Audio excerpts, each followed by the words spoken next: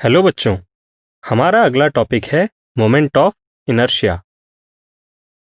इसमें हम पढ़ने वाले हैं मोमेंट ऑफ इनर्शिया क्या होता है, एक सिस्टम ऑफ पार्टिकल्स के लिए मोमेंट ऑफ इनर्शिया हम कैसे निकालते हैं, साथ ही साथ एक कंटिन्यूअस मास डिस्ट्रीब्यूशन के लिए हम मोमेंट ऑफ इनर्शिया कैसे निकालते हैं, पैरेलल एक्सिस और परपेंडिकुलर एक्सिस थ्योरम्स क्या हैं और इनका क्या एप्लीकेशन है। तो आगे बढ़ते हैं बच्चों। हमारा पहला concept video moment of inertia पर आधारित है। स्क्रीन पर आप देख सकते हैं बच्चों, एक रिजिड बॉडी आपको डिस्प्ले करी गई है जिसका मास है m और एक फिक्स्ड एक्सिस के अबाउट ये ओमेगा एंगुलर वेलोसिटी से रोटेट कर रही है। तो इस रिजिड बॉडी में अगर हम एक रैंडम पार्टिकल सेलेक्ट करें, कोई एक जनरल पार्टिकल I जिसका मास mi से डिनोट किया जाए और एक्सिस से उसकी परपेंडिकुलर डिस्टेंस ri हो, तो उस mi मास वाले पार्टिकल की काइनेटिक एनर्जी कुछ इस तरह से एक्सप्रेस करी जाएगी, हाफ mi/vi स्क्वायर, जहाँ पे ये जनरल पार्टिकल ith पार्टिकल का मास m है और उसकी वेलोसिटी v है। अब चूंकि हमें ये रिलेशनशिप मालूम है कि vi is equal to ri omega, जहाँ पे ri उस पार्टिकल के लिए रोटेशन के वक्त बनाए गए सर्कल का रेडियस है, तो हमारा इक्वेशन ट्रांसफॉर्म हो गया half mi/ri square omega square में। अब अगर हम पूरे बॉडी की बात करें तो it can be thought of as collection of different particles.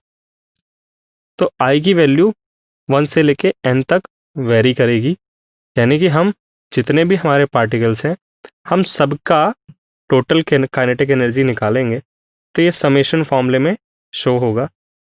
इसे हम इस तरीके से भी एक्सप्रेस कर सकते हैं, चूंकि हर एक पार्टिकल के लिए ओमेगा यानी एंगुलर वेलोसिटी सेम होगी, तो हाफ ओमेगा स्क्वायर के टर्म को हमने बाहर कर लिया। जो चीज़ वेरी करती है वो है ith पार्टिकल का मास और उसका रेडियस ऑफ रोटेशन। तो उसका समेशन करने पर हमें एक नई क्वांटिटी मिलती है, या हम इसे मास का रोटेशनल इक्विवेलेंट भी कहते हैं। तो kinetic energy is expressed as half multiplied by i omega square. Half omega square हमें पहले ही मिल चुका था, ये कांस्टेंट टर्म है। तो बच्चों i क्या होगा, अगर आप लास्ट टू इक्वेशंस को देखें तो समेशन mi/ri स्क्वायर एक्चुअल में moment of inertia capital I के बराबर होगा। यह मोमेंट ऑफ इनर्शिया इस फिक्स एक्सिस ऑफ रोटेशन के अबाउट है।